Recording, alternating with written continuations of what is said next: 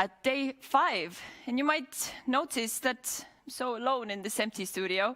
So people who have been watching us for a few days know that me and my co-host Tim had a little challenge of our own.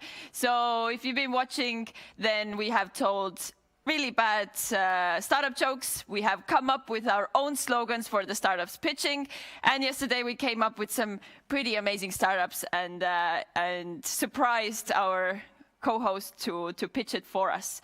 So it has happened that I have won that challenge. Obviously, no one had really doubt in that. And our jury members did make their vote to make it happen.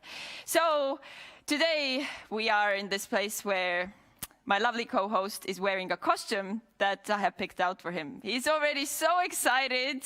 I can see him. You can't see him yet. He's so excited already behind the scenes. But obviously, I took a costume out for myself as well, just to celebrate this win and to commemorate this day where I have done a good job and became the princess or the queen of all pitching competitions. And the inspiration where my co-host's beautiful costume came from, I would like everybody to see that as well, just before he comes out, where the inspiration came from. So let's see. Whoever doubts it that this is a very serious pitching competition, then this is the proof. So peanut butter jelly time, Family Guy, and what I found out today that this is actually Buckwheat Boys, who is this one-hit wonder that has come up with this beautiful song. So Tim, come on the stage. I have a few props for you as well. Come on, you gotta do Hello, dear this. guests, and what can I say? I lost, so here it goes. Peanut butter jelly time, peanut butter jelly time, peanut butter jelly time, peanut butter jelly time. Is that enough? That is good for now. Thank you. Thank you, Here you Banana go. Man. Oh, you can. I'll keep them here for now. Oh, all right. I wanted to say Anyway. let's get serious, but it's kind of... It's kind of impossible. I just want to say hello to all our sponsors and partners who have actually supported and funded this beautiful Banana Man. All right. I have Jokes aside, we have an important event today. It is the final day of the Latitude59 pitching pre-finals. And as I normally tell you, it's Kai and Tim. Well, it's Kai and Banana Man today with you. Hey, don't lose challenges. They're going to be like me. But Today, yeah, we do have some serious stuff actually happening as well. I'm just so happy right now. Just, warms my heart to embarrass people. This is, I just want to take a moment. Anyway, moving on, we do have some startups pitching today as well. They're from the data, analytics, and cybersec category. We have the top 9 teams that are going to be with us today. And we have our honorable jury who is going to make the decision. So let's say hello to them as well. Hello! My special thank you, obviously, to Christian, who has been in the jury for the whole days, has seen our challenge, and has helped me to become this great winner of this great challenge and dress up Banana Man. thank you, Christian. So Christian Raude is here from EstBAN. He's going to be the lead of the syndicated investment. But we also have Karen here, who is the co-founder of Visor and also an expert in the AI field, or Visory, sorry. Hello, Karen. Hi, how you doing? And we also have Arvidas here, who is the investment director of Practica Capital and who is our dear sponsor. Hello. So we're going to move on to the pitches very soon. But Banana Man, can you tell us what are they pitching for? Yes, I indeed can. So the prices did not change. The teams are competing for the main price of up to 200,000 investment coming from EstBAN, 10,000 euros equity-free cash from Latitude59. Headman are providing free legal services for the winners. And of course, Cloud Visors are putting up the Amazon Web Service credits for the winning teams. Nothing changed. We're still going strong with... What's so funny? No, carry on. So yeah, the prize pool did not change, but the prizes are coming closer and closer because it's the final day of the pre-finals, after which the things are getting even more and more serious. I'm just laughing because I'm so happy when people tune in and they didn't see the intro, then they just think that you are wearing this. Well, anyway, it doesn't matter what's the costume. I'm still doing serious stuff over here, so let's keep it serious. I just want to say that Tim not wearing any pants is not actually part of the costume. Don't listen to her. Let's move on. Let's move on to the pitches, to the startups. Part. Yes, the serious part. All right. The first one is Rapid Biolabs. They are providing an AI solution for the medical research sector.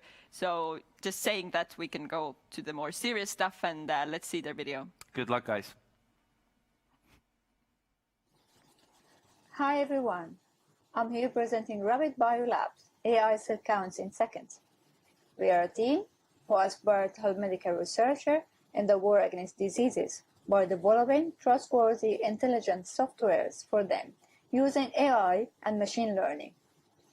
It's a bitter fact that we lose loved ones for cancer and other diseases daily, while the medical research has been going for over decades trying to find a cure. I think it's time to focus our attention and technologies toward the medical research sector. Pharmaceutical companies spend over $8 billion a year on research waiting for the next cure, where the patient's life cannot wait. Cell counting is one of the most long and repetitive tasks happens every day at the laboratories. Imagine looking into a microscope to this image, from 5 to 7 hours, trying to count it. With time, they lose focus and start making mistakes.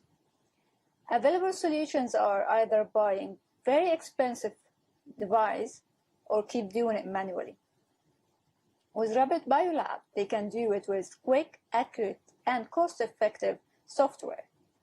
How does it work? Well, all they need to do is to log into our website, upload the image, and get the count in seconds. This platform is available 24/7 for them based on the subscription. We also provide customized AI solutions for research groups if they are interested in a specific type of cells. Why us? We are the first independent cell counting software which is affordable and accessible. Rapid Biolabs won the last year Enterprise Awards from University of Greenwich and the Royal Academy of Engineering in UK. Finally, meet the team. Our team have a wide range of engineering, programming, biology, and marketing skills. Looking forward for your support to continue our enterprise journey. Thank you, and let's save lives. Well done. Well done. Good job. Our first pitch, and our pitcher is in the studio as well. Hello, hello. Where are you joining us from? Hi, I'm joining you from Egypt, actually. So we are international now. Cool. International, very nice. So, Yeah. dare I ask you if you're planning to join us here in Tallinn for Latitude 59? Yeah, I'm not sure by the end of the month, but I'm joining online. And also, I'm planning on coming a few months to move to Estonia. Super, very nice. Yeah. All right, we're looking forward to it, and I will give you over to the jury for some questions. Hi. Hello. Hiya. Hi. Good evening. Thank you for the pitch. You said AI for cell counting. Can you expand a little bit on what kind of technology you use and what kind of data sets you guys use? For the technologies, we are using machine learning and computer vision. The data set, we are interested in the images from the microscopes. So cells is, you can see it under microscopes for different types of cells, of course. So we are targeting data sets and we train it for different types of cells. And do you already have those data sets, and have you already provided models and tested this technology, or are you still acquiring the data sets needed to train the models? Both. We have one, 2 or 3. I'm not elaborated to say what's going on in the research, but We have already tested for blood cells and it's available. We are now trying for 3 types of data sets in different types of cells. And also through our B2B, we are acquiring a lot of data sets coming from research projects. Thank you.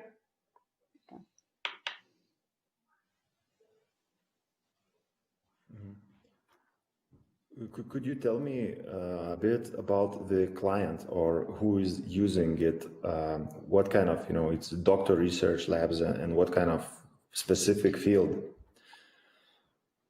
We are targeting the R&D in medical sector, which is going to be the R&D managers in the research institution, pharmaceutical companies, and also the education research groups in different universities over the globe. And also we having the specific research institution like cancer institutions and heart disease institutions.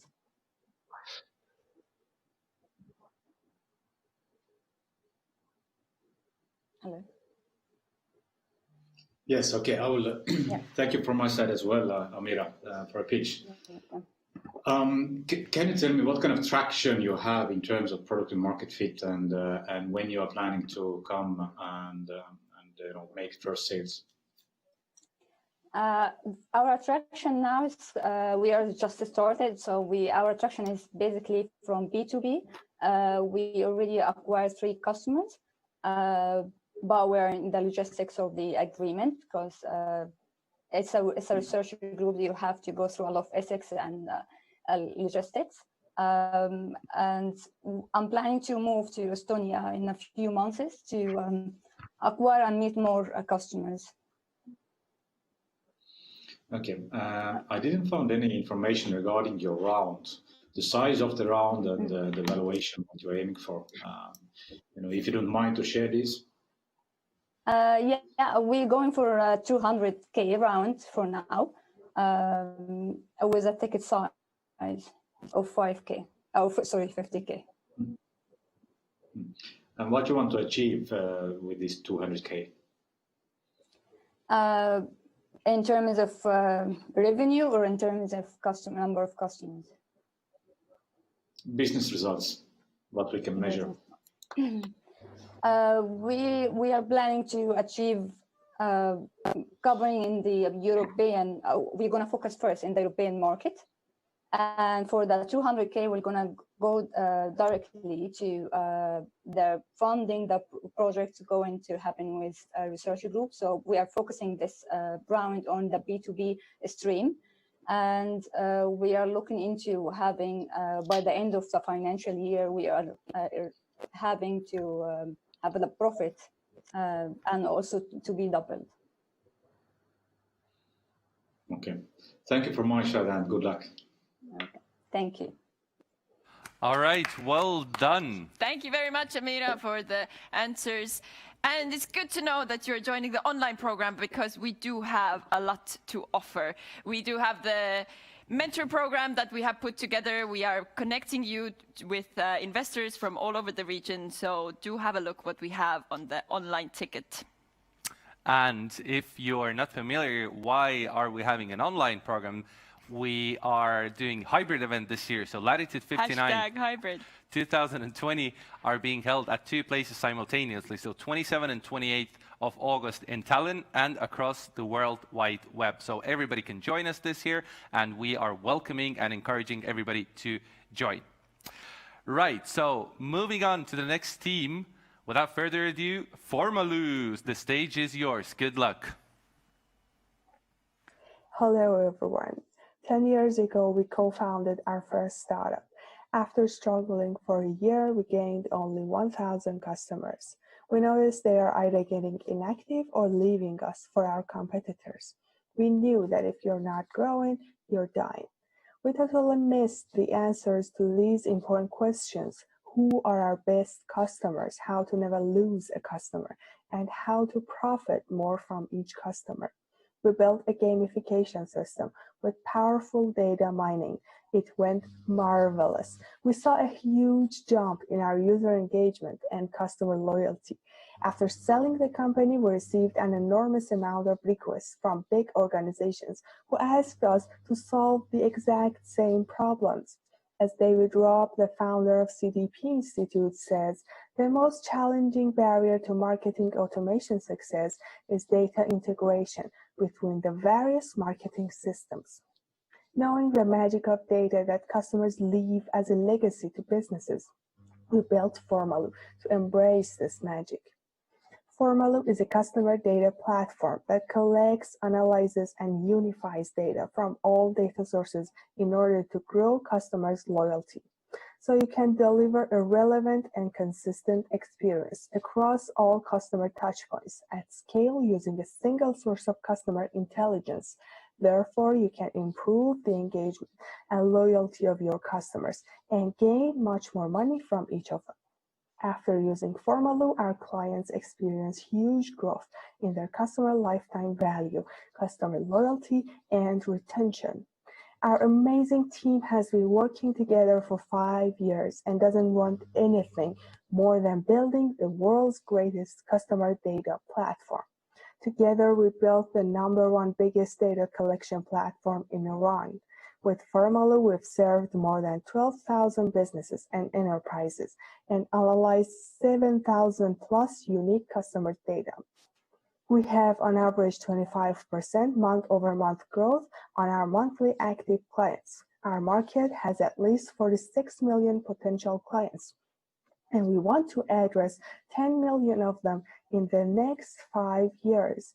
And here is where I'd like to ask you to join us along this extraordinary journey, because right now we are raising $270,000 to expand as fast as light. Also, if you are looking for integrating your service with Formalu, please keep in touch with me. Thank you. I'm Mernoush, the Chief Operating Officer of Formalu. Congratulations, well done, and welcome to the studio. So, are you guys planning to attend the physical event of Latitude59 as well this year? Yes, we will attend in person. Hello, everyone. All right, it's good to hear. And have you already been to Latitude event, or is this going to be your first time? No, this is our first. We are very excited. What are you looking for the most? We are looking forward to get to know the Estonian startup community and the ecosystem, and knowing the other players and get active on the ecosystem. Well, you're in for a treat. I promise you. You're going to have a good time in Tallinn. Looking forward, and at the same time, sending it to the jury. Hi, thank you so much for the pitch and for all the data. Hi, how you doing? Just quickly to ask around privacy and security. How do you make sure that the system you're providing and building is, for example, GDPR compliant once you're in Europe? Yes, this was one of our most important challenges, and because we started with working with enterprises, it was very important for our early clients. So we worked hard on providing GDPR compliance and HIPAA compliance in USA, and we are happy to announce that we achieved both of them, and we are HIPAA compliant and GDPR compliant. Thank you. Which markets are you active at the moment? Right now, our biggest market are the US, Canada, Australia, Iran, UK. Great, thank you. That's all from me. Thank you. Hi, thank you for the presentation. Could you tell a bit about what kind of enrichment do you do for the data, or you just rely on individual clients' data, or you kind of pull any additional analytics from outside sources to estimate this LTV increase? So on that angle. We both do individual data analytics for each of our clients, and we do market research and industry research, data based off the consolidation of all data sources of each industry and each market. So we can offer very, very intelligence prediction and recommendations to our customers.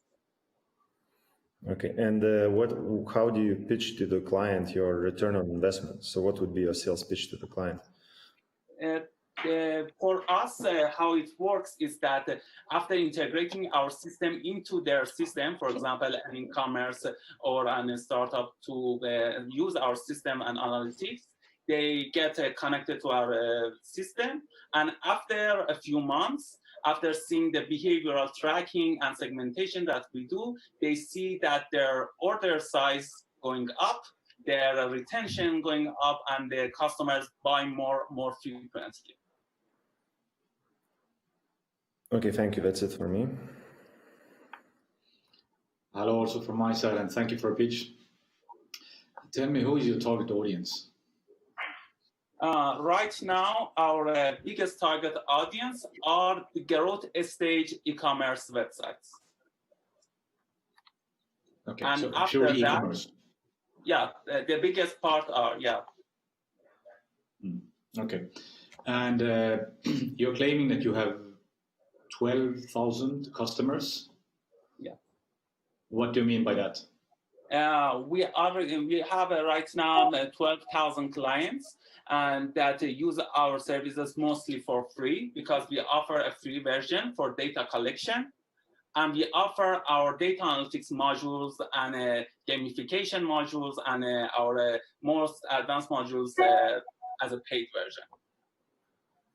Okay, and how much of these 12,000 are paying you? Right now, around 500. 500. Yeah. Okay, and what's your cost of customer acquisition? Right now, our cost of customer acquisition is pretty low. It's around $50 for our paying. Yeah. And can you also estimate the lifetime value for a customer? Around 2,000 for our basic modules and 5,000 for our advanced modules. Okay, so basically you are making money by selling the subscription and add-ons. Yes. One of the things that we offer is a free tool as a marketing tool, so they can get attached and addicted to the system, and then we push them to upgrade, basically. Okay, thank you. Thank you so much, and good luck. Thank you very much. And good luck from our side. Welcome back to the studio.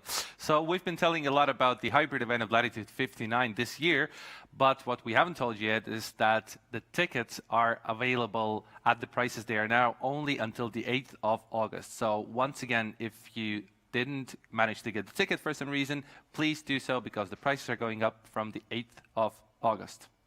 That means you need to get them today. Today. Today. Now. Now. This is how much you Run have to time. the chopper. All right, let's move on to the next team, which is Reco Social. They are using data science to build a trusted influencer network. So let's see how they are doing that exactly. Good luck. We are Reco Social, and we amplify digital content on social media. We are a 100x VC portfolio company and a part of the Startup India initiative and the NASCOM 10K Startups program. Nobody is a stranger to advertising on social media. Your kid wants that latest pair of Skechers shoe not because they saw it on TV or on a website. They want it because it was trending on Instagram, because influencers are sharing and talking about it. But you'll be surprised by the lack of relevant data and metrics in this exploding universe of information.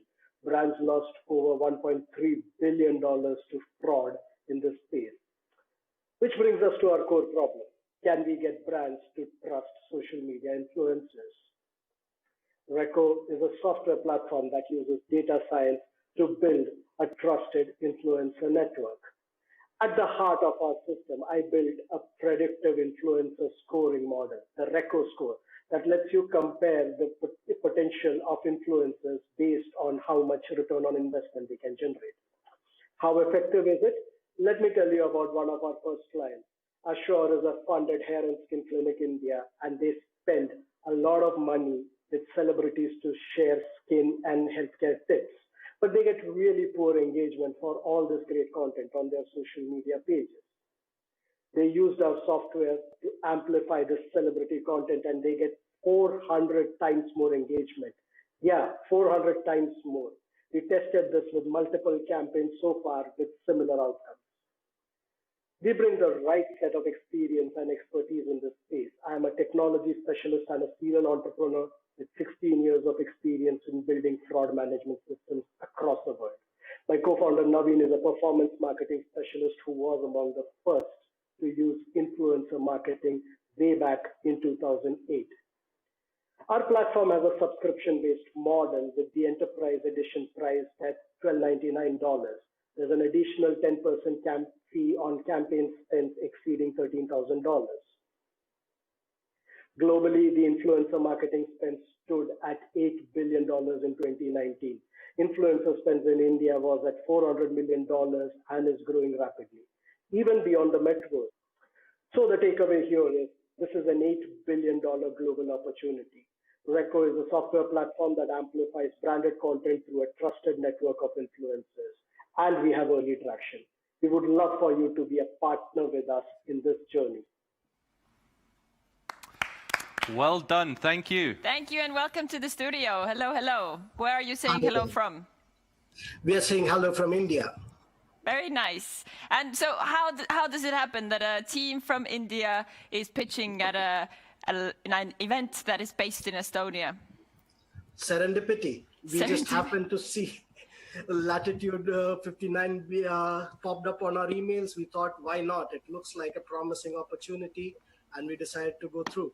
Well, we love to hear that. Serendipity is a good way, but we're happy that we're known globally and that you have joined us here. So I'll give you over to the jury for some questions. Sure. Hi, great to meet you, and thank you for the overview. A couple of questions here. Firstly, how has COVID affected you? Because it has affected influencers a lot, especially the ones that travel. COVID has been unmitigated disaster when it comes to it. But India, we saw surprising turn of events with a lot of online platforms gaining play. We have gaming companies, we have online edtech companies who are doubling down on their influencer spends. And that is where we gained our next set of customers. Even larger brand like Mondelez has been, coming back to us for multiple campaigns, which proves that even with a global multi-layered organization, they are still finding value in data-driven marketing. What's your secret sauce? Because you're not the first or the only kind of company who says that they provide more visibility and reliability in terms of how you market and work with influencers. So the secret sauce comes in two parts. One part is the experience that my co-founder brings. He has been doing this for 10 years, and it has been my job to take all the knowledge, the empirical ideas that he has used in filtering out influencers, looking at their profiles, analyzing them, and the model that we have built behind it. Coming from a data science background, this is a deep LSTM-based network where we model the end user's profile as a time series of information, which allows us to see a user profile in 3 dimensions. You are not just looking at its state presently, but how it existed in the past and how it is moving forward. It has allowed us to filter out a lot of bad apples, which is why our influencers have been delivering great ROI. So essentially, that's how you do. You look at the kind of events in the past and the way they've delivered on brand promises. Yes. Okay, brilliant. Who pays? So is it influencers or brands or both? It's the brands that pay. Influencers don't pay us, we pay the influencers. So it's a marketplace model. Okay, brilliant. Thank you. That's it from me. Okay. Could you explain, from what I understood, it looks like brand already comes to you with their influencer network and you do due diligence on those influencers, or is it not the case? We work both ways. So, we have just partnered with Ernst & Young India, and they want us to run influencer audits on all their big clients to see how they're performing. But our primary model is also influencer discovery, where a brand connects their social profiles to us when they come on board, and we analyze and we recommend which are the best influencers that would fit, say, a campaign of a specific budget that they are looking at. Okay, so this pricing, let's say $2.99, or I don't remember exactly, is per brand. That is per brand, yes. Per brand per month. Okay, so how big is this opportunity then, in terms of if you the brand you charge so 299? yeah, in India, surprisingly, the marketing spends are fairly heavier than what we projected. So we are cheaper than most influencer marketing companies and agencies and their offerings out there. At 299, we already have tracked over 2,100 brands in India that are potential customers to us. We are in talks with over 180 of them. So we launched in December 2019 and we are building our sales engine, but the response has been quite amazing. Okay, thank you. Hello, Naveen, from my side, and thank you for a pitch. Thank you. Tell me, I am as a marketer will go to your platform, probably create the campaign there, and then you will start to find good influencers for me. Yes. Correct? Okay. Yes. Do the influencers know that they are in your database, or this is just more like a cold calling or a cold email for them? Oh no, we actually have built an entire influencer community, which today stands at over 5,000 selected, shortlisted influencers. We have analyzed over 2.1 million profiles in India, and we have sent out exclusive invites for people who have been performing exceedingly well. And they have an app, an iOS and an Android app, where they sign up. They willingly submit their information. Okay. So we do not snoop at profiles that have not shown interest. And we are very conservative about privacy. We do not look into private profiles. We do not look into pages that do not have public information. So our influencers have to be publicly visible figures. Okay, got it. Which is harder to get, influencers or marketers? I think it's a chicken and egg. When we started, marketers were quite excited about the premise. We started getting influencers on board because influencers needed the promise of good brands. Now we have a strong set of influencers. Now the marketers are getting picky. So now they want more specialized data. We had a brand very specifically requesting for influencers who can sell lollipops or, a specific kind of sweet. I mean, that is too far narrow targeting that if you look at it. Yeah. Okay. How you handle payments? What's the process? So it's an end-to-end automated system. The brands pay us online by their cards, or we have an online collection mechanism. India has fairly good features for that. And for influencers, there are micro transaction payouts. We support PayPal for international transactions. But so far, our market has been India. So we have excellent payout systems here that allow us to do micro transactions to bank accounts directly. We do not manually interfere in that. Okay, how much of monthly revenue you're doing at the moment? So currently our MRR, when it was pegged last month, was around $4,500. This month we are poised to $8,000. 8,000. Okay. Yeah. And last question, what's your round size? Didn't find it. I'm sorry? What's your round size? Oh, our round size is $250,000. We expect it to get us to ARR of about $3.5 million.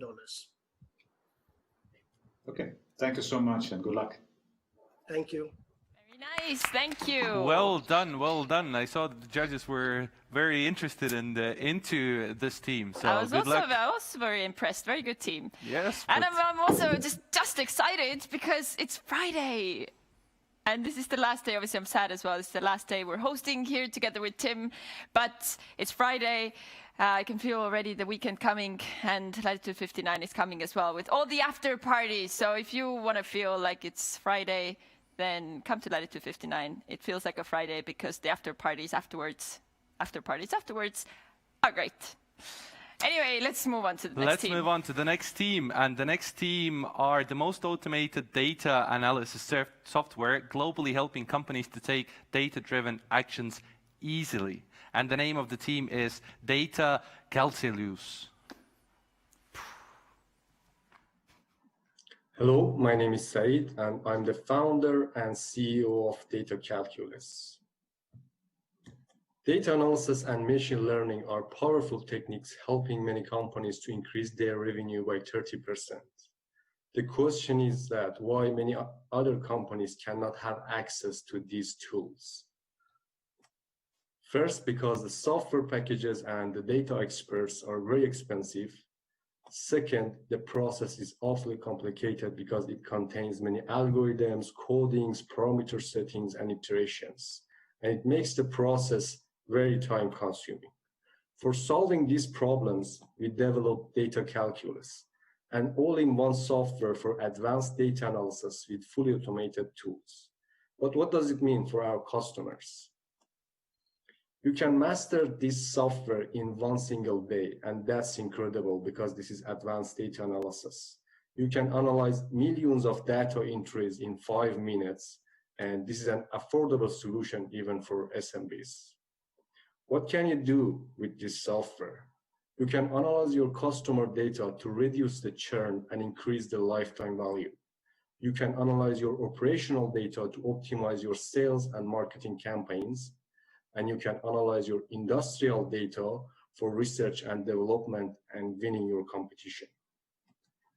The market size is predicted to be 15 billion euros this year with 30% annual growth rate for 5 years. This is our traction. The top part is about marketing and lower part about the sales. We have over 150 Windows users, more than 80 requests for the Mac version, and our users are coming from 20 different countries. We started B2B sales in about 3 months ago, and we have about 30 enterprises in our sales pipeline, and we are already started to generate revenue. This is our MRR prediction for 2 years, and about the current crisis, I should say that the old patterns are not valid anymore. So the companies need to understand the new trends of the market and their customer behaviors faster. That's why they need advanced data analysis and machine learning even more than before. This is the founding team. I'm a PhD data scientist and entrepreneur myself. Then we have Neda, which takes care of the operation, marketing, and design. Thank you. My name is Said, and it is data calculus.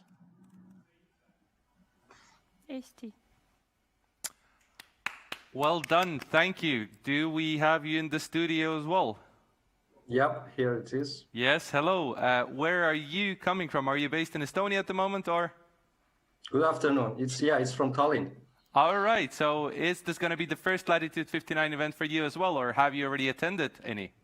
No, this is the first one. I was in TechChill, in eMERGE, other events here around the Baltic countries, but Latitude is the first one. Well, you're finally at the right place, and we're lucky to have you. Now let's ask some serious questions from the jury. Hi, thank you so much for the pitch. And first off, can you explain one concrete use case to me and how you, just one concrete use case, please. Yeah, sure. For example, one of our customers, So as you may notice, we have, this software can be used for many different purposes. For example, for analyzing customer data, operational data.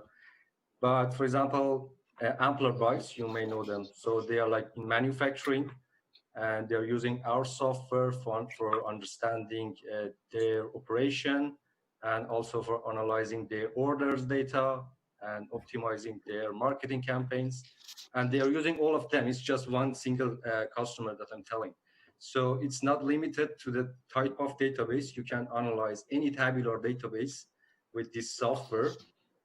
And that's the only requirement you need. So if your database is tabular, you can use the software and you can learn the software in one single day if you don't have any background in data analysis and machine learning. Okay. What kind of machine learning, what do you use? Do you use time series prediction? Do you do, what do you guys do? Yeah, sure. So we covered all the major data mining tools, including data visualization, anomaly detection, finding the patterns or association rule learning, classification, or supervised ML and unsupervised ML. And all the algorithms that we use, we develop them all from the scratch ourselves. So when we are talking about data calculus, we are talking about a scientific breakthrough, really. because we made them all automated in the highest possible level. Based on all the market research we have done, we don't know any other company that can provide the level of automation that we provide. Imagine predictive analysis on any database with just one click. And that's our biggest advantage here. How long has it taken you to build this from idea to where you are now? Yeah, it took us 3 years of research and development. And these 3 years just working on the software, because before that I was like, as I said, I'm a PhD. I have PhD in this. I have worked in top class projects in Europe, Asia, and North America. And I've gained a lot of good experience. For example, I was working in JET in Oxford, which is the largest and the most advanced research center in plasma physics in the world. And I was a ML researcher there. So just focusing on this software, we spent more than 3 years to develop the software. And that's why we have a quite mature product today. And that's gives us another advantage for the business, because we don't need to spend time on the software, and we just need to focus on the sales and marketing. Then just finally, the pricing model and scaling. So how do you scale? Can you make this scale, or are you quite heavily dependent on working individually with each client before they can onboard? Yeah, we are great on the scale. Because so about our business model, we have a free version, everyone that can download and install. Then it is limited only based on the size of the database. Then we have several licenses for bigger data sets, and it's very good for our customers because they pay based on the size of their database. So usually the bigger the company, the bigger the data set. And that's why small companies with a small database can use it. And all the process, one of another innovations we had in data calculus is an AI that we developed again in-house. And this, we call this AI support AI. And this AI fully automated all the onboarding process for the customers, providing the licenses, updates, follow-ups, and all the messaging we need. So right now, we can onboard 100 customers today because of this AI that we have developed. Okay, thank you. That's it for me. Hi, thank you. Thank you for your presentation. Could you tell a bit about, let's say, geography that you're targeting first, and the ideal customer profile in terms of vertical size of the company and whatnot? So this is kind of one question. And kind of second question is, so could you tell about how the clients use the product, and what's the basically return on investment they're getting, or is it making, what is it the product helping them to do? Mm-hmm. So in terms of geography, we had several phases because this is like a deep tech company. So it's not like others. Usually you should have a product, go to market and test. But because it was like a lot of deep science technologies there, we had to spend all of those 3 years. But we didn't do it just by ourselves. We tested the software with more than 100 users, most of them researchers and university professors from 20 different universities. We were testing and we were getting feedback. 3 months ago, after we have done the alpha testing and beta testing, we started B2B sales. So we have two major channels. We follow both marketing and sales together. On the marketing side, we are kind of global. We have already ranked in the first and second page of Google because of the content we have. No backline, all of those purchases, no.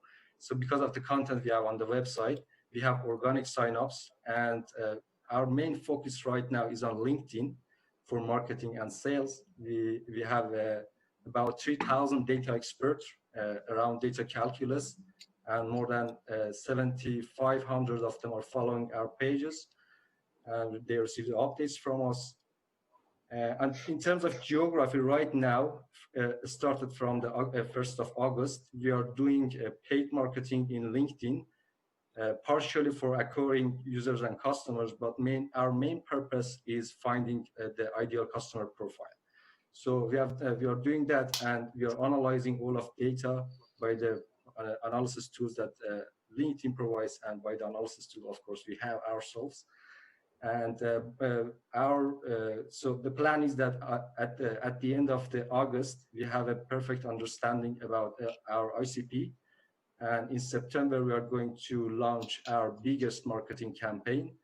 And it's also important to say here that we want to do B2B sales, but in a B2C way, because for large enterprises, of course, it's not possible. For example, we have Megaphone, Tele2, other companies, and the problem is that their sales cycle is long.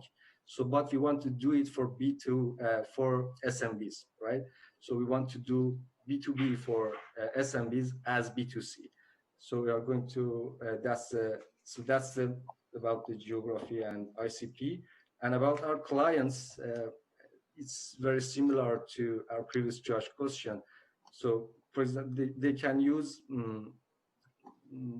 for example, Megaphone is going to use our software for analyzing their customer feedback and their customer support data that they collect, and understand the relationships between the support they provide, between the services that customers they use, and how they can provide better offers to their customers. In other words, optimizing their sales and marketing campaigns. Okay, thank you. My pleasure. Yeah, hello, Said, and thanks for my side as well for the pitch. Hi. I'm interested, how was your last two startups endeavors ended? Sure. So it's like 6 or 7 years I'm trying to be an entrepreneur. So the first startup was a local company in water industries. So it was local. Then it's still successful, still generating profit, but I gave up much care. And the second company, because I had like bigger dreams. The second company was another algorithm and software in computational fluid dynamics. We have developed the software, but when we wanted to test and go to the market, we noticed that the market is not interesting. There are a lot of barriers there. So it was kind of failure from the business side, but it was a glory because I was invited to write a book chapter, which is published by John Wiley and Sons, the global publishing company. One of the, so the algorithm and technical side was so strong. We published in the book chapter, but on the business side, we decided not to go there. And that's why I moved to data calculus. Yeah. Okay. Okay. Good to hear. Thanks for that one. Tell me how much money you are making at the moment. So we started the B2B like 3 months ago. We have like 7, 8 large enterprises. They come from different industries. And as you know, large enterprises itself, they have like long sales cycles. Plus we are deep tech, so we have to like provide more information. Sometimes they need some change of behaviors in their business. So it makes the process even longer. We expect— What's your revenue? What? What's your revenue? Revenue is like 600. 600 euros. If you need a simple answer. Okay. Okay. And how you price your product? I mean, this free, you have a freemium plan, but then you have a paid plan. Probably Amplify use the paid plan. I mean, how you price for them? Yeah. So the free license is limited to 100 samples, and you have all the tools you need. So you can explore and understand the software, learn the software, and actually those who don't have a background, they can learn it in 1 day. And data analysts, based on the survey we have done, they can learn the software in 45 minutes, which is incredible. And then we have 4 standard licenses for analyzing 1,000 samples, 10,000 samples, 100K, and 1 million. And they range from 200 to 800 euros per month per user. Then we have, and for example, for some of the large enterprises, they need to analyze bigger data sets, they need some customizations and things like that. So the size of the projects, we can handle up to 100 million samples right now. And we don't see any big problem for extending those values. Okay, and the last quick question. The round size Is it 100 or 300K, or is it the something round else? size, we have two. Actually, I'm not interested to raise big money right now, unless some investors that understand like they are more specialized in deep science and deep tech companies, because usually I understand that they expect more tractions, and somehow it is like limits our valuation that we expect. We have two scenarios, 50K and 200K for the current. This is our second angel round, I would say. Okay. Thank you so much and good luck. My pleasure. Thanks. Thank you from our side as well. Well done. Thanks. So, without further ado, who is coming up next, Kyle? Next up, we have Guard IoT. One of two. One of the two. Their vision is to make sure that smart cities are also safe cities. So let's see their video. Good luck. There is a quiet revolution taking place in our cities. Objects around us being upgraded with sensors to build a vast Internet of Things, known as IoT or smart cities. Lights on the street, X-ray in a hospital or your car is now online, all sending sensitive data across the networks. There were 27 billion connected things in 2019. The market grows by 12% every year. All things can be hacked. Related risks are often overlooked or ignored. This can lead to unauthorized access and control to networks and things. In 2016, we have experienced Mirai, the largest attack ever launched by IoT botnet. 20% of the US went back to the dark ages.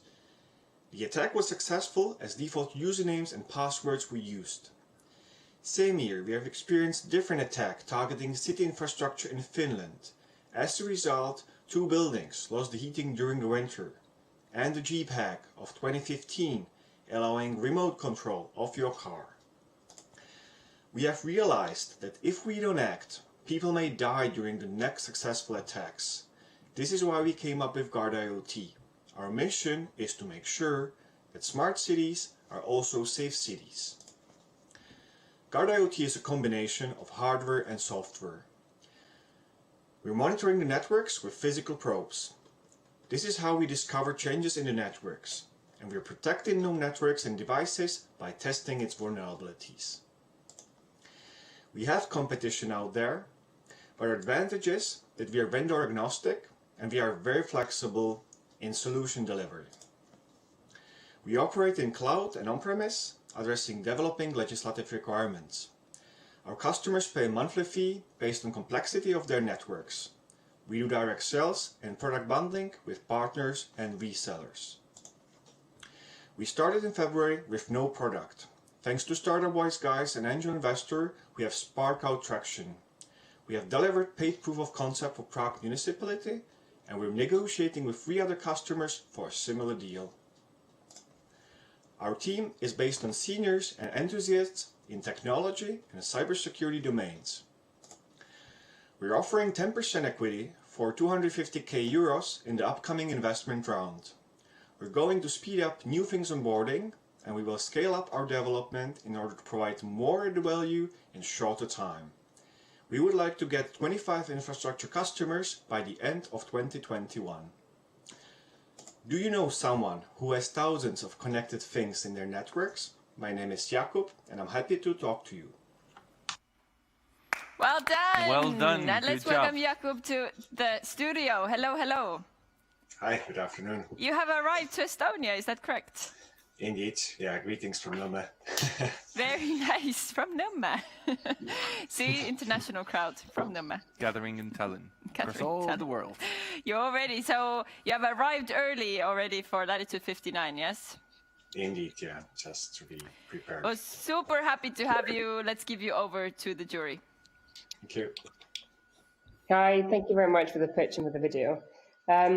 Just first question, well done on having been alive for such a short period of time and delivering that paid pilot. Can you please elaborate what that paid pilot was, both from technical side and how much you got paid for it?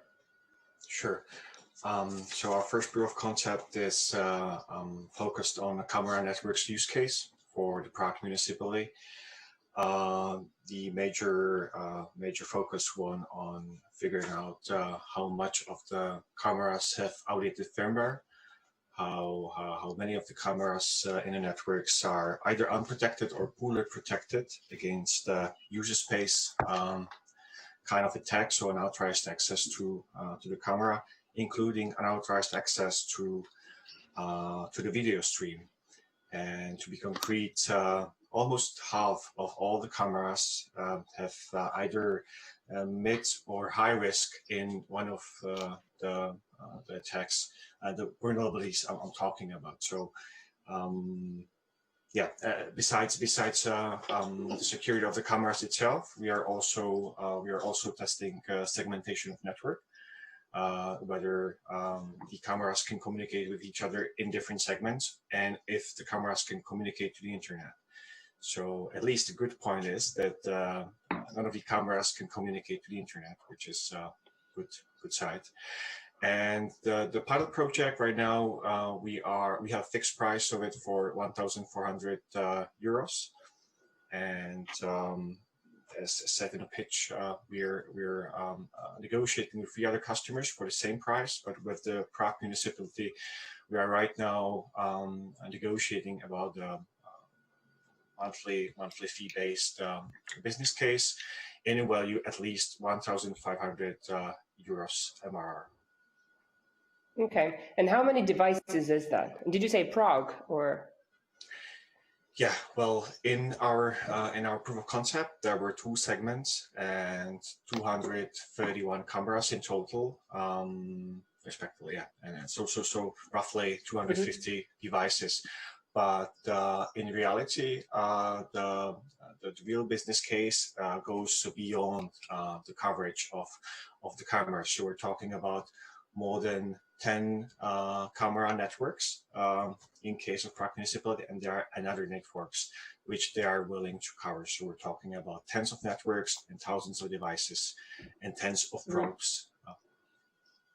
Okay, and how will you make this scale? Because at the moment it sounds a little bit like a consulting thing. You go to a municipality, look at the devices they have, and run some sort of a demo. How will this actually be a commodity type product? Sure. I have to admit that right now we are still in the prototype phase. That's why we are primarily focusing on proof of concepts.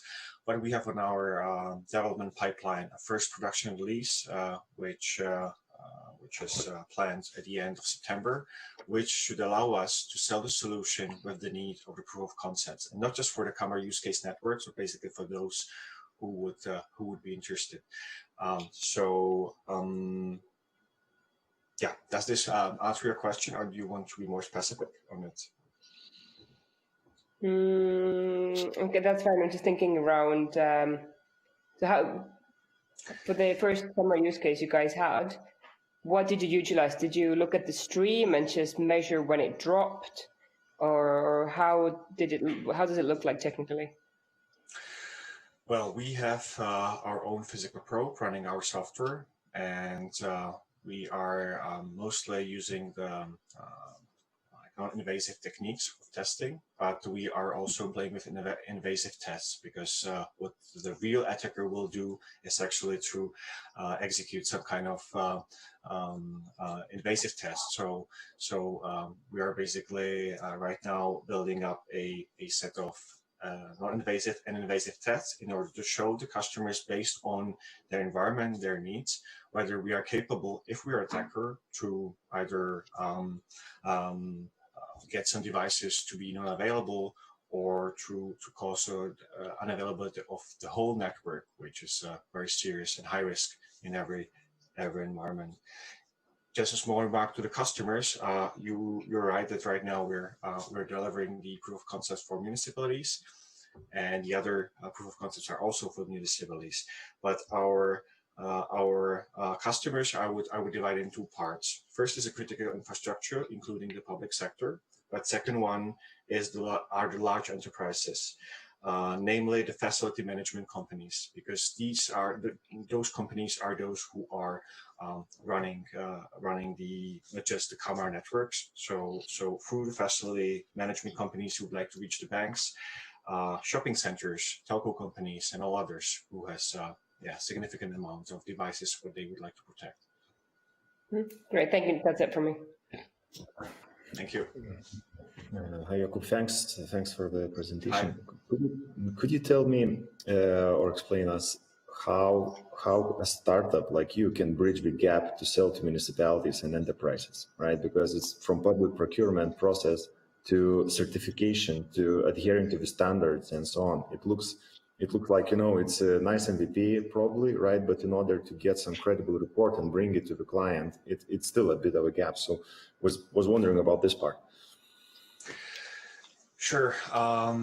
Our aim is to be capable to protect any kind of IoT network out there. But of course, at the beginning, we had to set some beachhead, which apparently is the camera networks. Right now, realized in a public case scenarios, but as I said, we're capable to reproduce the solution for a private company, such as the facility management of, for example, a shopping center. And so right now we are trying to master the camera networks use case. Our biggest issue right now is still with the UX UI, but technological wise, we are mature to serve any vertical out there. Just with the fact that we need some time to onboard new devices in case of other verticals. So based on the fact that our team is right now, the product development, technical development is consisting of 3 people, we are focusing on cameras and linked to the second round of the pre-seed investment. We do have a plan how to speed up the new things onboarding, and of course we would like to scale up our team in order to not just to be capable to onboard other verticals as soon as possible, but we do have on our pipeline that we would like to replace our currently used backend for our own solution, which will be like, let's say, military grade secure, as well as right now the hardware pros we're using. There are, let's say, the open source solutions available in the market, quite cheap, affordable for everyone. But we would like to start at latest at the beginning of January with hardware development of our own, at least probes, in order to be capable to supply for those with the very critical security needs, such as critical infrastructure, defense, and others. All right, thank you. And lastly, kind of what's the vision? Well, what's your ambition as a founder? Well, we started with the vulnerability assessment as a service. So right now we are ending with identification of vulnerabilities, and we are giving the recommendation and some thoughts, some let's say notes what the customer should do. In the second phase, starting 2021, we would like to connect the vulnerability assessment to the automated pen test. By this, we would like to, in an automated way, to verify whether the vulnerabilities identified are actually exploitable, thus it can actually lead to some kind of serious cybersecurity incident or not. And in the third phase, we would like to connect it with the automated incident handling and response. So in handling the cybersecurity incidents, right now you need an analyst who is sitting by some, usually CM or some kind of monitoring the cybersecurity events and evaluating them, whether they are incidents or not. And my vision is that we can automate all of these. So you as a customer in, let's say, midterm perspective, 3 to 5 years, you should be capable with our solution, with our dashboard, to see the real-time case of our environment, real status of cybersecurity of your environment, where you will actually see that things are happening under the hood, and you are just consuming the fact that the protected environment is keeping a very high level of cybersecurity in general. Hello, also from my side. I like your mission. I think that's very cool. But let's make it short right now. Tell me, maybe I missed, sorry for that, but who is in your team?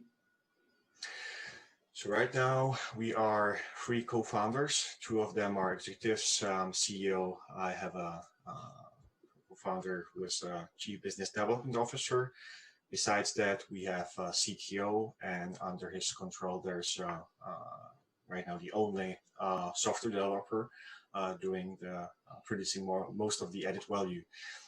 And yeah, besides that, based on the fact that we were just male, we have recently onboarded the first let's say health committed women in order to whip our ass to deliver primarily for ourselves and then to our customers as much as we can, because we do see the need on the market. And even though we're a small team, I'm very optimistic that we can deliver what we're talking about in a very short time. And we would like to not just keep the traction, but accelerate as much as possible based on the fact that the market is very huge. Okay. And as an investor, when and how you are paying me back? Can you repeat, please?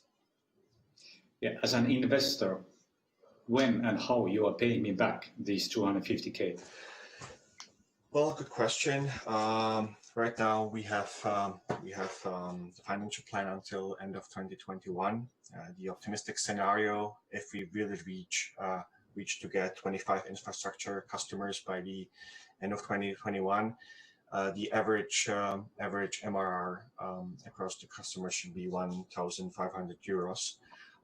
So then if we then add there some fixed revenue for consultancy services, implementation, and POCs, we are planning to have 45K MRR at the end of 2021. So it's kind of indirect answer. The pessimistic scenario is somewhere between 20 and 25K MRR. So yeah, I don't have the exact number right now. We have no MRR, but we have to check. All right. Thank you. All right. Thank you. And let's move on quickly. Yes, moving on. And the next team that will be pitching for us today is Smart Sender, sending it smart. Please, the stage is yours. Hi, my name is Heik. I'm the founder and CEO of SmartSender.io, a cross-channel user retention and engagement platform startups need on the way to enterprise stage. The problem we are solving is very simple and familiar to many companies. Every fast-growing business faces difficulties when they outgrow MailChimp and encounter user retention tool market which is extremely fragmented or expensive to get on board without getting broke. For example, with SendGrid, one needs to integrate additional dozens of tools for analytics, segmentation, etc. to make it work. And when companies try to build something in-house, the emails of many will end up in spam folder, waste of time and resources. SmartSender solves the problem by providing scale-up companies all the necessary tools they need to build great customer experiences across channels and measure the results in real time from one place. There is no more need to switching tools on each development stage or pay more than one invoice. Advanced behavioral and predictive analytics, data-driven segmentation and real-time message triggers, all in one, email, SMS, push, messengers and ads, AMP deliverability services to solve spam problems. All this without headache of synchronizing user-sensitive data across various services and continents. SmartSender is bootstrapped, profitable from day one, and we have powerful and scalable technology under the hood. We have passed MVP stage, and right now the platform can handle over 1 billion hyper-personalized messages per month and scale for more. During stress test by COVID crisis, we have registered 30% MRR growth when companies were in urgent need of affordable solution which do the job. As a software as a service, we employ a hybrid business model of recurring billing, pay-as-you-go, and premium add-ons. Our 53% year-over-year revenue growth and 12,000 annual average revenue per user shows that our business model is working and scalable. Right now, there is a huge gap in $2 trillion market between entry-level basic email marketing software and enterprise complex solutions occupied with dozens of fragmented tools. We are going to take our fair share of this gap. Taking into account the enforcement of GDPR and how crucial it is to avoid sending customer data around various tools and continents, our solution have appeared at right time and right place. Previous experience with successful startups and large corporations help us to take the idea to revenue in 9 weeks, using only own skills and enthusiasm, without external funding. Our core team, compiled from people with strong technical and business background, definitely can handle such tasks. We have very ambitious plans and looking for partners to share the success. We need 10 million euros of smart money to boost product development and hit on marketing, with aim to reach 1 million monthly recurring revenue and create solid ground for global expansion. Thank you for your attention, and send us a line if you have questions. Hello and welcome. Well done on the pitch. How is it going? Everything is all right. It was actually our new pitch. I hope it was informative. Well, we will see it with the jury, depending on how much will they ask from you. So sending you to the jury. Good luck. Thank you. Hi, thank you very much. It was a good pitch. Thank you. Quickly, looking at your growth over the last 4 years and the kind of figures there. So what are your key inhibitors to growth? So what's kind of stopping you from being a $10 million per annum company, both technically and in terms of the kind of business things that are keeping you back? Thank you for your question. During these last 2-3 years, we were focused on the technology. The company is bootstrap. We haven't any money to invest in growth. So everything we make ourselves, it was reinvested in the company to pay salaries for employees and people for team. So right now, I think this is the second time we are trying to go public with our pitch. The platform is ready and scalable. Now we don't afraid to get a huge customer and everything will fall apart. That's why we plan to scale our customer base and boost our product development by raising a capital. If I answered your question. You did, yeah. Thank you very much. That's it for me. Yeah. Hi, thank you for the pitch. Could you tell me, it's a bit of late entry into the segment as it's pretty crowded, and can you tell how you're gonna outcompete the competition? What's your secret sauce? Why are you gonna hit the market, and how? Yes. Actually, there are tons of clones of MailChimp, like thousands of them, but there are only few players on the stage we try to enter.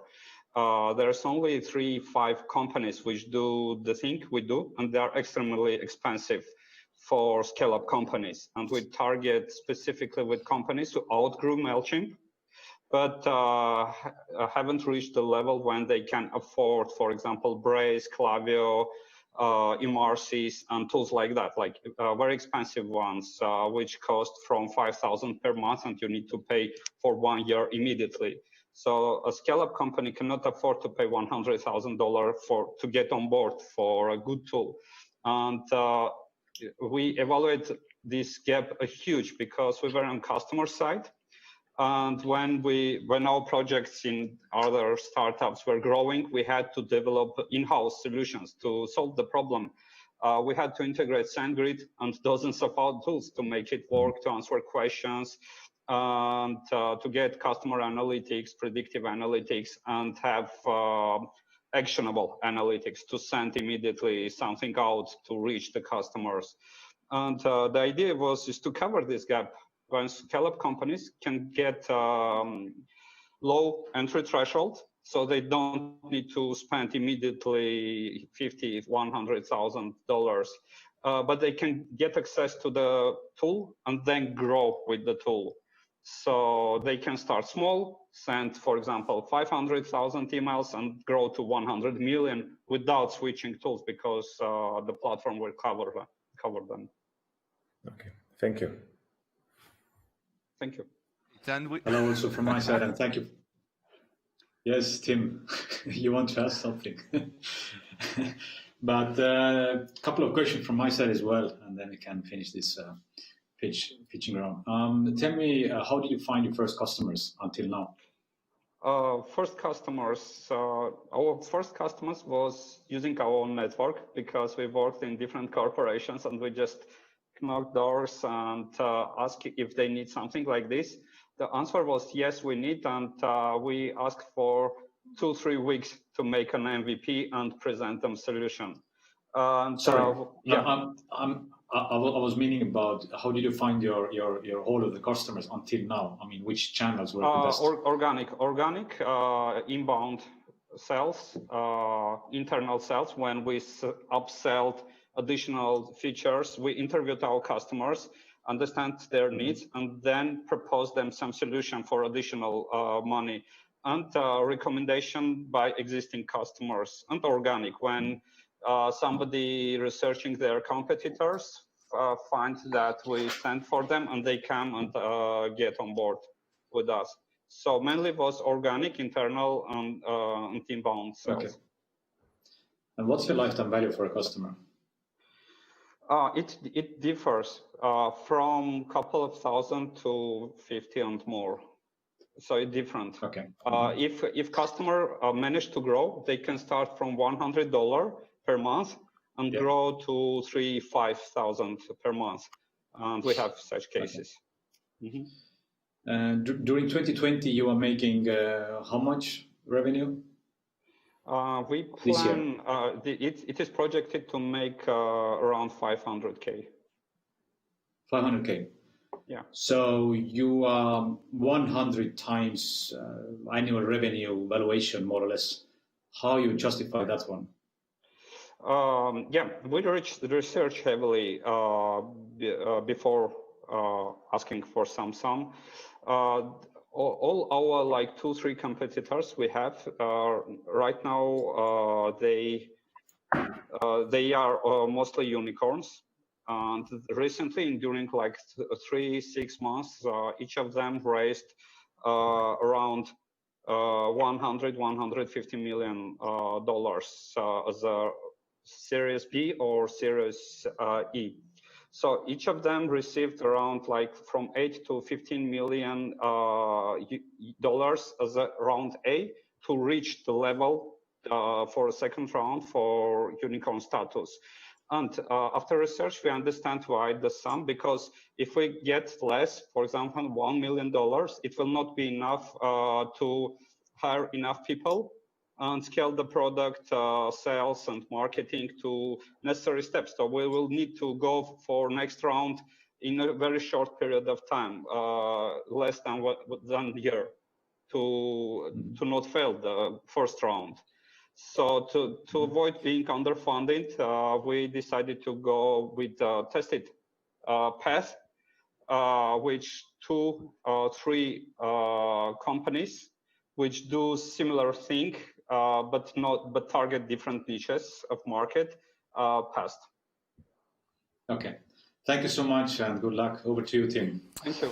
Thank you as well, and sorry for interrupting you, Kristen. My banana costume made me do it. It was not on purpose. You might even say that he went bananas. I went bananas, yes, that's how it was. But yes, seriously, sorry, and of course we're interested in all of the questions coming. So who's next? Yeah, let's move on. We have our next team, Binary Analytics. They're actually a team from Lebanon, so sending our love to these people there. But they are here to pitch, and thank you for being here. They are delivering a consulting service to corporations in a new and innovative platform. So let's see their video. Good luck. Hello everyone, my name is Georgi and I'm co-founder of Binary Analytics. Today, the cost of underperforming employees sits at 550 billion USD per year. In Europe, the cost of underperformance sits at 200 billion euros per year. Now let me ask you this. How much do you think these people would pay to fix the problem? At 10% of their cost, our market opportunity would be 75 billion USD. So what is Binary Analytics? Binary Analytics is a software and hardware integration that companies can use in order to collect the data from their clients, interpret that data, and translate it into gamified learning modules in order to help their employees improve the skills that they are lacking. Now, if you look at the tools that are in use today, we see that companies pay big bucks in order to hire call centers and to make use of these happy faces terminals. And we know out of experience that these rely on memory and also provide at best biased data. So how are we different? Well, Binary Analytics is a machine learning powered solution that listens to your customers and knows exactly what question to ask at what time and to which client. Once we collect that data, we analyze it to identify the root cause, and then we translate it into gamified learning modules in order to help your employees improve the skills that are specific for their job position. And then we close the loop, launch a new experiment, and now your company is on the path of continuous improvement. So what do we do with this data once we collect it? Well, we loop it back to your employees to show them their ranking locally and internationally for each one of the skills that they have and should be working on or excelling at. And from that dashboard, again, we can suggest games for them in order to enhance their skills. Also, we can show managers comparative analysis from country to country and region to region in order to understand why a certain program failed in a certain area while it succeeded in another. Because now we have the data of the failure and success data that are matched with the skill data that we have in each one of these areas. So we have a more granular data to look at. So what is our go-to-market strategy is to launch with banks first, then hotel, then telecom stores, and then go after colleges, hospitals, and retail stores. So by year-end 2022, we will have 10,000 terminals deployed, generating 7.2 million in annual recurring revenues, and we operate as a subscription model.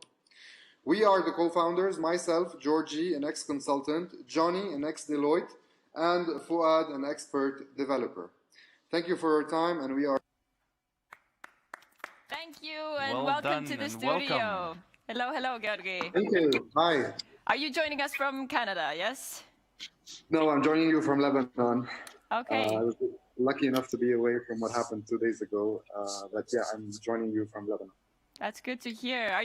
Can I ask if you're joining us in Estonia for Latitude as well? Yes, most probably we will. It all depends on the situation, but 99% will be joining you in Estonia physically. Hopefully you do. Yeah, sending all the best wishes to you there and giving you over to the jury.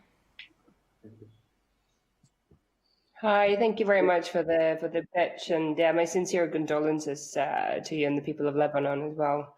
Got lots of friends there because I used to work and live in the Middle East. Just quickly jumping into this, can you expand a little bit on the business models? So, do you charge per seat per company, or what's the deal there? So we charge per terminal. We will be charging $60 a month per terminal. That terminal can be used by multiple employees. So if you have a reception at a hotel, it can be, you can have one terminal used by all three receptionists that fill in 24-hour shifts. And every employee will have their own card.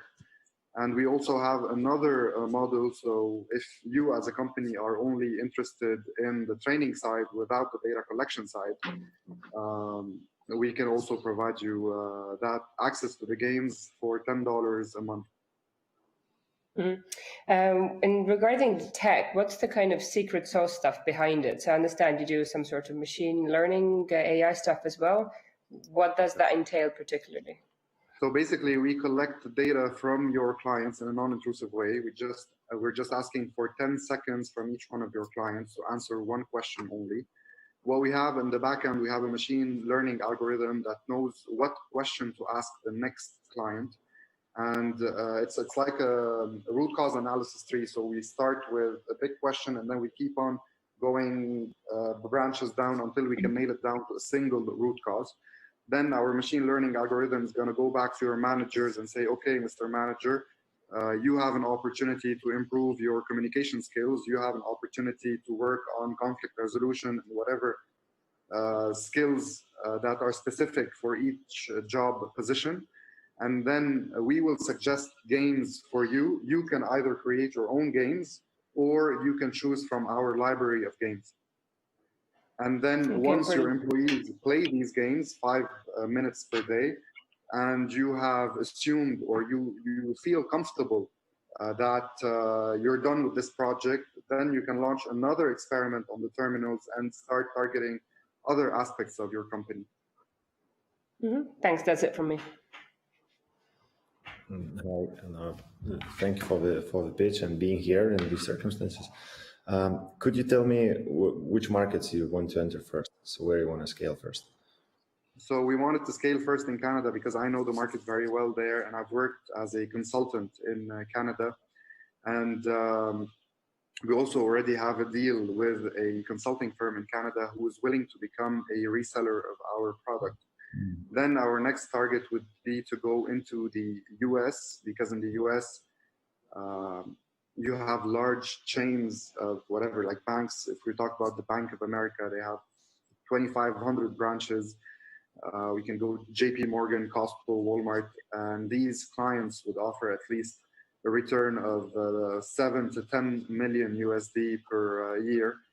Knowing that our marginal cost per terminal is $100, but our customer lifetime value is around $2,000, we think that this is where we can offer the most value to our clients, and this is where we can get the most returns. Why we can offer the most value for our clients? Because let's say in the US, for example, for you to be a teller at a bank, all that is required from you is to know how to read and write.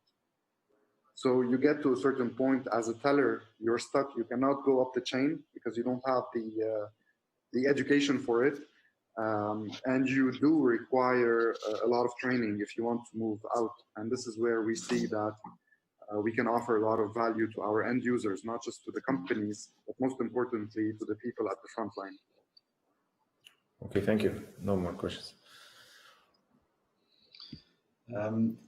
Thank you also from my side, Georgi, and I'm really sorry what happened in Beirut. Thanks for being here. Tell me a little bit about the use flow. I mean, me as a customer sitting in opposite of teller, is it a screen and then I still need to push the right answer, or how is it? So basically, it's the same terminals that you see. It's not the same. We haven't reinvented the wheel. What we're using a concept that already has proven to work, which are the terminals with the happy faces. You've seen them at the airports. You've seen them, I think, at a lot of places. So, but the difference, what we're doing, so imagine me being the seller and yourself being the client. Once we're done with, you're done with your service, you would see a big terminal sitting at my desk. And because I know very well the value of that terminal to me, because I'm going to improve my skills, I'm going to become more employable on the market, I'm going to ask you, can you please give me 10 seconds of your time and just answer one question? So it's not going to be a generic question such as, how was your experience today? It's going to be a question specific to the service that you received, such as, have you been served in the first 5 minutes? And you're going to have the choice between 4 answers. So a yes, a no, because the queue was too long, or no, because Georgie was not at his desk, or no, because the previous client took too much time. Every one of these answers will signal for us a different type of problem. One is a scheduling problem, one is a process problem, and one is a resource allocation problem. So this is how our algorithm will know what to ask next and will be able to nail it down to a single root cause. Okay. What's your traction so far? So we have you made any revenue, clients? Yeah. So we had a deal with the largest 3 banks in Lebanon for a value of $560,000. And we were supposed to launch in November 2019. Unfortunately, in Lebanon, the revolution started in October, so a month prior to us launching, and the government declared bankruptcy. And people rushed to the banks to collect their cash because the big debtors to the government are local banks. So people feared that the banks are going to collapse next, and they rushed to the banks to collect their cash. So we lost the contracts until further notice. And that's the reason why we are looking to move out of Lebanon, because we know that there is attraction for our product. We know that the market needs it. It's just that the local environment didn't provide us the proper environment to launch. That's it. Okay. I didn't find any information regarding your round size, how much you are raising. Yes, we are raising $400,000 in order to expand our library of games, and in order to get the terminals to launch them. So for now, we have the terminals, we have the what do you call them, the specs drawings, and we do have a very small inventory, but we would like to go and build an inventory of 500 to 600 terminals so that we can go and launch a big pilot project with a large bank. So now we are in contact with the Bank of Cyprus, and we might be launching a big pilot project with them. And if that succeeds, then we will be expanding throughout Cyprus. Okay, thank you so much and good luck. Thank you. All right, thank you. Let's move on. Moving on, and the next team is Idulum Labs. Are you ready, guys? The stage is yours, and good luck. Hi, I'm Enna from Idulum Labs. And if you're in the web development business, but you've had a website hacked, I just want to let you know, it's not your fault. You were just one of 30,000 victims that very single day. Honestly, web security optimization is just really hard. So no wonder a cybersecurity consultant can charge you 4,000 euros for a single audit, and that's without the price of fixing it. But web security is no longer a luxury. It is a must. Your business and mine depend on it. That's why at Idulum Labs, we have created a web security optimization platform that really is simple to use. You start by entering a URL and pressing a button. Our software automatically compiles a thorough security report, and you get easy to understand risk descriptions, as well as those all-important step-by-step developer guides, how to actually fix your security issues. The software is available as a simple SaaS subscription, but we do offer a limited free tier as well as premium packages with more advanced features. Idulum Labs is a great way for web developers to build confidence and stand out from their competition. It's that unfair advantage everybody has been looking for. And you know, it's worth looking because WSO, Web Security Optimization, is going to be the next SEO. We estimate it's going to be a $2 billion market within the next 5 years. And that's within a wider cybersecurity market that's already worth $150 billion today. Our team is ready to take on the challenge. We bring together experiences from big corporations like Telia, fast-moving startups like Click and Grow, and we have years of web agency experience in the team. As a result, we're moving fast. We started in March with no product at all, but by now we've scanned over 12,000 unique domains, and we're backed by Startup Wise Guys. Best of all, the platform is ready to use. So we are raising 300,000 euros for the next 18 months, which we will invest in acquiring new customers through digital advertising and content marketing, but will also supercharge our product development speed. This is your chance to ride the next big wave in the web development business with us at Idulum Labs. So contact me at enna@idulum.com. I thank you for your time. Nice well one. done, Enna. Do we have you here? Yes, we do. Yes. Estonia is such a small place. See colleagues from the past pitching from the stage. Good to see you. How's it going? It's going really great, and I must say I really enjoyed the banana costume. Oh, yes, thank you. Someone enjoyed Thank you. it. Well, Not as much as me. I have to say I enjoyed the pitch as well. The smoothness, the storytelling, everything was quite good in my opinion. But let's see, what do the judges have to say? Hi, and thank you, Anna, for the pitch. Right, so what makes you different from yet another web security optimization? Like, how do you sell this to a layperson so that they get it? Well, that's exactly what makes us different, is that we are trying to sell it to a layperson. There are numerous automatic security testing tools out there. But if I would use a metaphor, they're building race cars, and I don't even know how to get that off the line. Most developers, they just need what I would say is a hatchback that gets them from point A to point B. And we really don't see that market being catered to.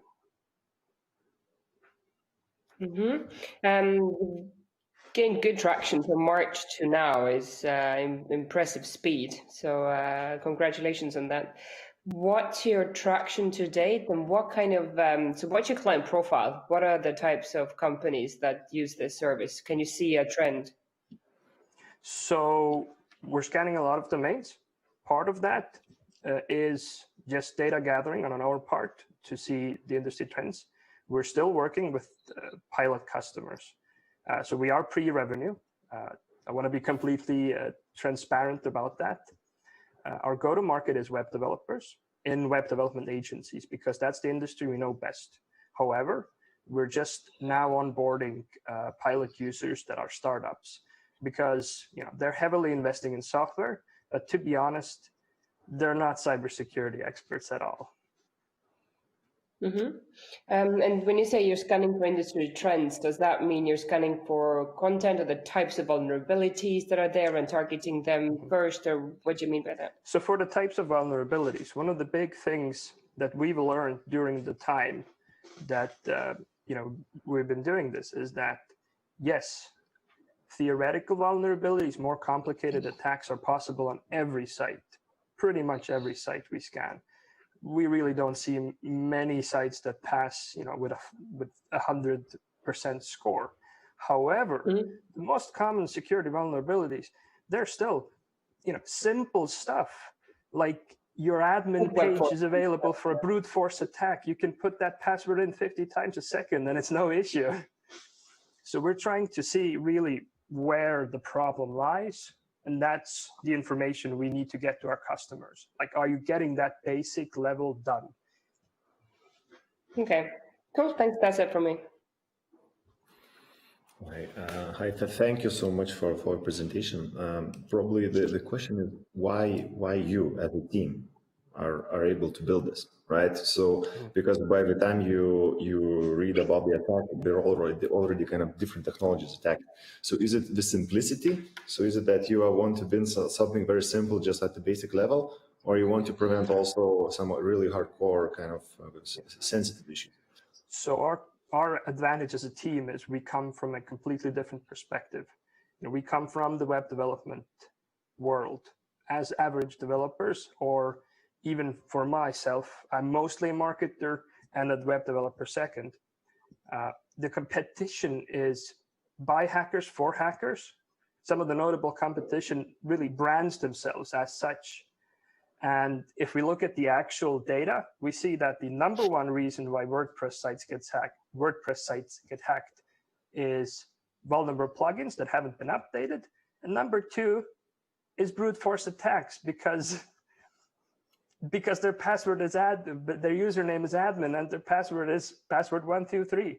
Those are security basics that everybody should get right, but they're not getting it right. But can you build a business out of this? So you do it once, how you can sell to the same customer again? So that's why we're starting off. Our go-to-market is for the web development agency, because they're going through site by site by site. They're building new sites every week, every month. And once you're in the business for a few years, you end up with a portfolio of hundreds of sites. And you need a way to keep tabs on that. So that's why they are going to pay us the monthly subscription, is because there's no way they can do that manually. Thank you. Thank you. Hello, Preet, and thanks for the pitch. I wish I was Preet, to be honest. I'm Enna, but... Okay, sorry for that. No problem. Tell me, what's your pricing model? It's a simple SaaS subscription. The base plus package today is 16 euros per month. That gives you access to 10 to 20 domains, and then we have a pro package. We are considering opening up the system to single payments because we are expecting through our marketing strategy that focuses on inbound and digital to get a lot of traffic that maybe specifically isn't from our core audience. And we have indications from our pilot users that they might be interested in one-time reporting for a one-time fee as well. Okay. Tell me, what's your expansion plans in terms of regions and countries? Mm-hmm. So, I used to be an online marketing manager, and I had a look at the tools I was using and where they were actually based. It's all over the world. We're online first. It's totally self-service.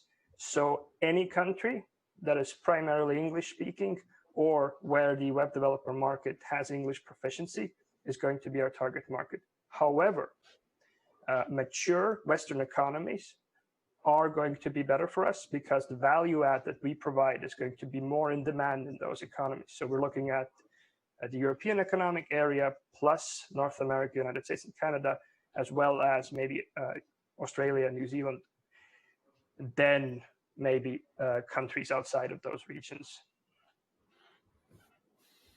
Okay, and you're raising 300K. You're right now pre-revenue. What's your plan? I mean, what kind of revenue you would like to achieve, using these 300?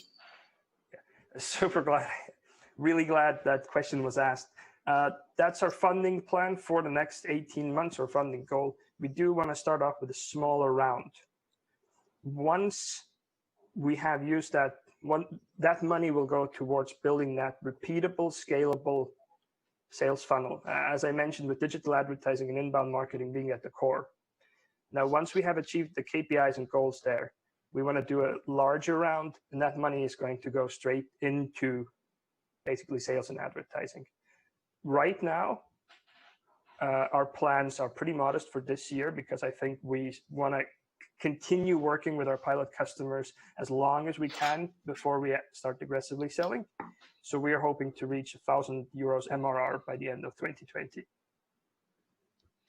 Okay, and what's the small round size then, and what's the biggest one, the next one? The small round is definitely going to be below €100,000, but specifics are going to be a question of negotiation. We don't want to give away too much equity, but obviously being pre-revenue right now, our valuation isn't going to be super huge, but that's where we want to work with the investors as well. Potential investors see what targets can we hit to give them confidence going forward before they commit to the investment. Great. Thank you so much and good luck. Thank you so very much for the questions and answers. And we're moving on very quickly to our next team, who is ClickLog. They are dealing with cargo handling and automating it. So let's see from the video, how do they do it? Good luck. Good afternoon, ladies and gentlemen. My name is Camille. I am CEO and co-founder at ClickLog. Do you recognize this game? Sure, Tetris. This popular game describes a common warehouse worker's job and the pain. Cargo handling is quite a boring process that can increase delivery time if it's done manually. Manual cargo acceptance is 4 times slower than automated. On average, 1 in 4 packages are measured incorrectly if the cargo is handled manually. Human error is a human error. A warehouse worker spends at least 45 seconds measuring single box or shipment. That's a maximum capacity of 700 shipments per day. You think that 700 shipments a day sounds good, but with an automated solution, you can achieve up to 2,800 shipments per day. That's why we created a single solution for automated cargo measuring and loading. Using our software, our customers get 4 times accelerated cargo acceptance and accurate data that is directly transferred to the accounting system. The Tetris algorithm that prepares optimal loading plan and allows to load more cargo in the same vehicle. The number of potential customers looks promising, and our objective is 2,000 subscriptions in 2.5 years. The subscription model currently includes 2 options, a monthly software subscription or payment per each measurement. While our competitors only sell the devices, we offer flexible and affordable SaaS solution. This allows easy integration with existing system and includes the mathematical algorithm. As our next significant market will be targeting the biggest in Europe logistics market of Germany and France.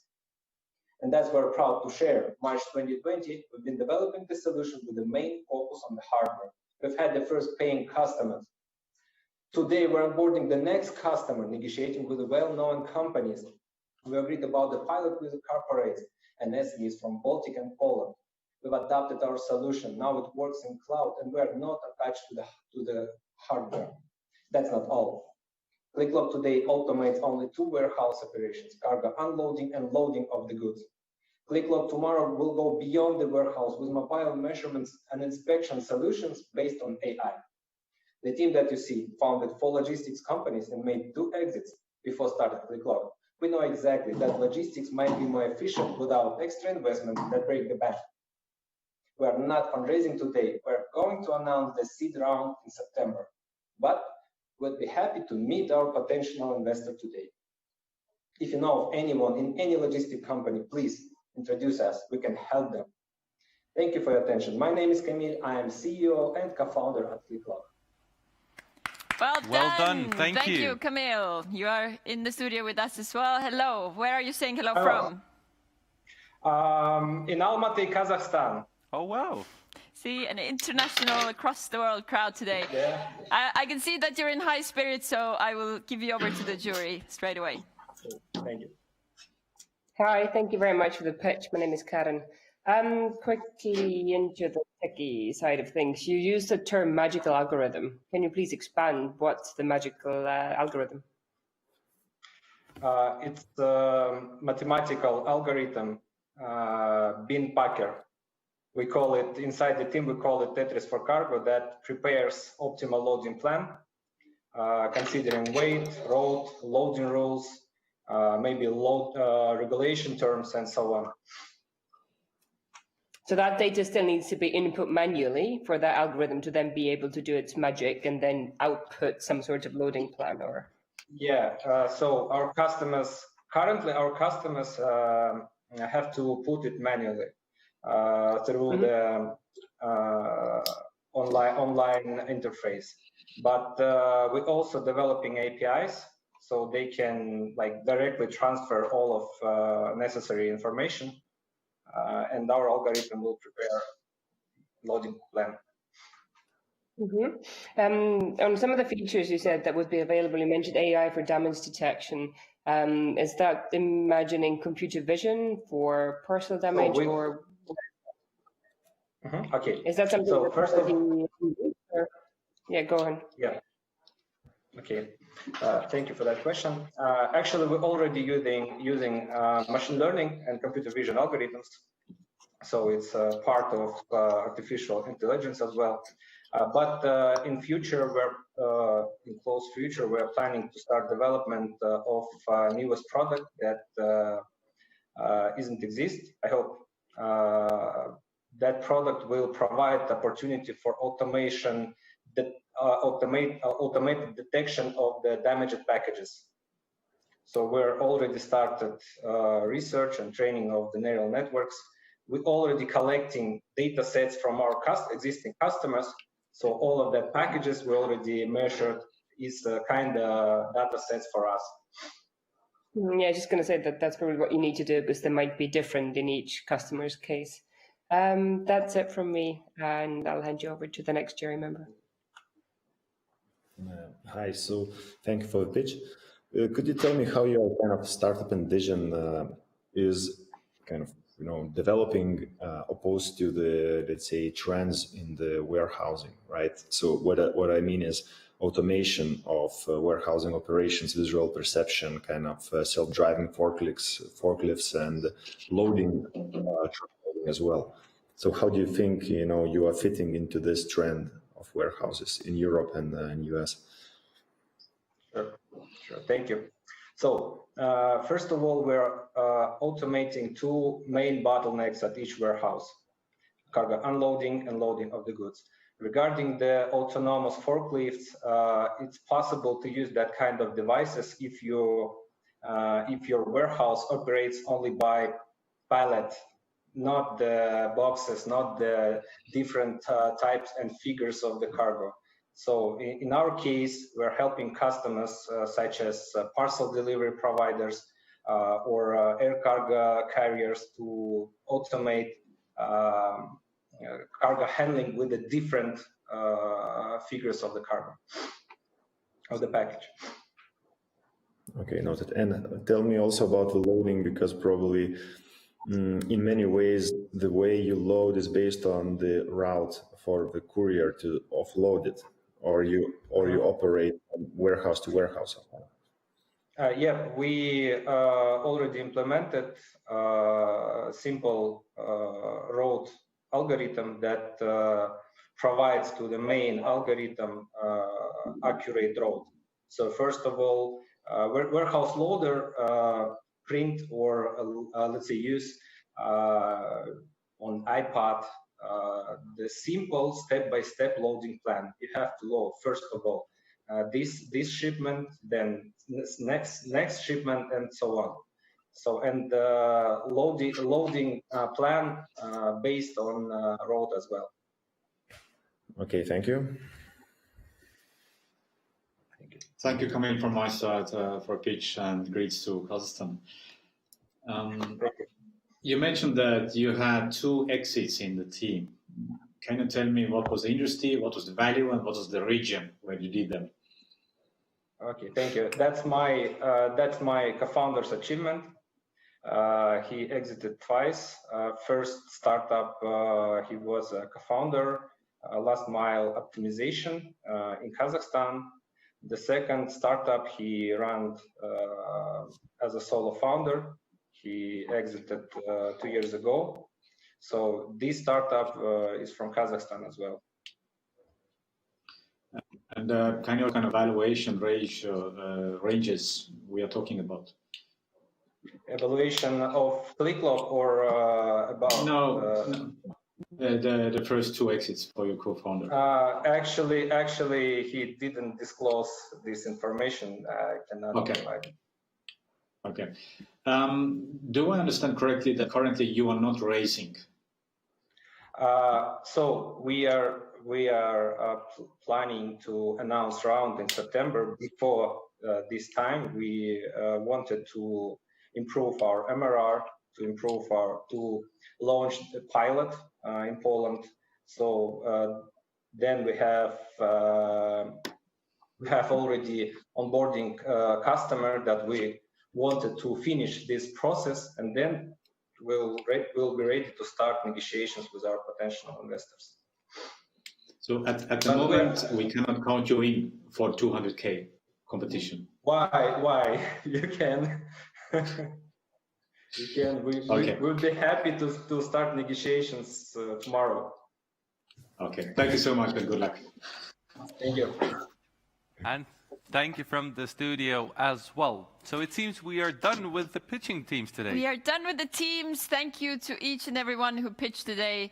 We had top teams from the data analytics and cybersec category, and now the jury needs to go and do that tough decision and pick the 2 who are going to go forward to the Startup Wise Guys Bootcamp and to EstBAN investor pitching as well. So again, as it normally was, we're going to take a little bit time off. We will try to do as fast as we can because we're a bit late with the schedule. But we all want to know who those 2 teams are. Important decisions need to be made. So little break and we'll be back in 10-15 minutes.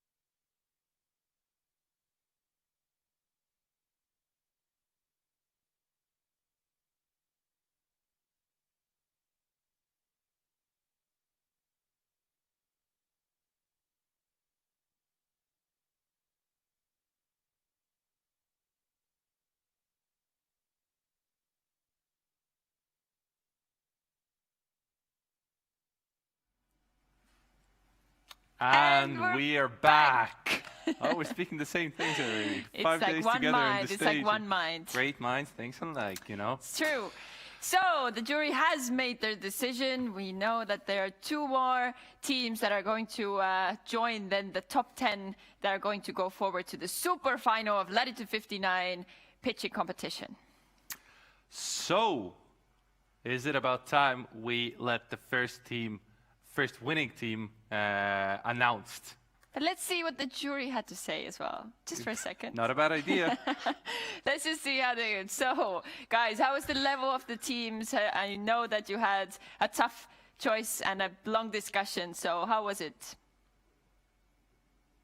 Yeah, the level of the team was very, very equal in terms of. That's why we needed to take a little bit longer time for evaluation. But I think at the end of the day, we made our best to choose the top 2.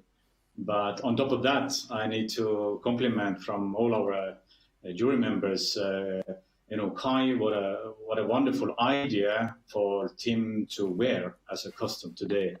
And Tim, you made it. You made our last. You made our day. You're welcome. Enjoy, guys. Enjoy. And the crowd goes bananas again. Yeah, but I would echo the words. It was pretty hard to make the final decision. But yeah, I think the top 2 ones are through.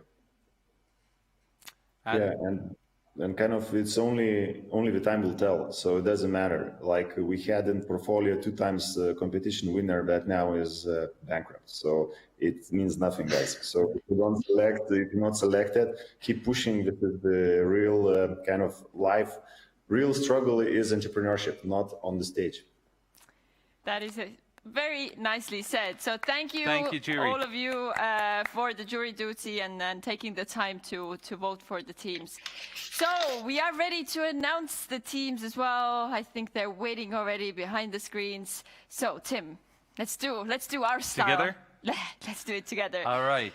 So the first team going forward is Binary Analytics. Do we have you guys on the screen? Yes, we do. Hello and congratulations. Can we get a short comment from you on getting through to the next round? Thank you. Thank you. I really appreciate it. And I'm very excited. And I also do have my team. Everybody's connected and they're very excited. Yay! The smallest ones of the team as well, yeah? The CEO to be. But once more, congratulations, guys. And we're looking forward to see you in Tallinn. Absolutely. All right, the next one. The final team who's going through to the next round out of 50 we had across this week. And this team is... Idyllium Labs. Hooray, congratulations. Oh, I can see a smile on his face. Hello. Congratulations, Enno. So how are your emotions now? I think you saw my emotions. I'm gonna ask our colleague. So this is Preet. Oh, this is Preet. Hello, see? Preet. Now we know. Enno and Preet, both of them are here. So congratulations, guys. Thank you so much. Short comment on the winning. I think it's been an incredible journey to be here, to be honest. And I didn't think coming into the pitch competition that we would be in the boot camp. But now that I've got my eye on the prize, I think I want to be on that big stage. Best of luck from us. Best of luck from us, guys, and see you soon. Yes, and the prize is sweet. It's 200K syndicated investment from EstBAN. We're also giving out some cash money from Latitude59, so 10K equity-free cash. We have legal counseling from Hedman, and we have AWS services from Cloudvisory. So there's a big, as he said, eye on the prize. So this is not the end. The top 10 will go to the next round, and they have a lot more work to do before we can announce the winner. And from our side, I think we will see all of the teams soon. Thank you for all of the participants. Thank you for all of the jury members. Thank you for all of the production teams and the rest of the Latitude team for organizing this. And I would like to say thank you to my dear co-host as well. You've been such a great sport. This was really nice. I did have my big win, but I couldn't have done it without you. No, it was a pleasure. Thanks to you as well. Yes. So 5 days, top 50 teams that pitched here, well, in this in studio, the World Wide in Web. the world, somewhere. And it was such a fun week. But as said, it's not over. We're going to go forward to Latitude59. It's happening on the 27th to 28th of August in Tallinn, on site, but also online and everywhere. So get your tickets. As said before, today is the last day to get your ticket with a really good price. And then we have a few more left as well. See you soon, guys. Thanks for joining. Let's keep in touch and keep pitching. See you at Latitude. Bye-bye.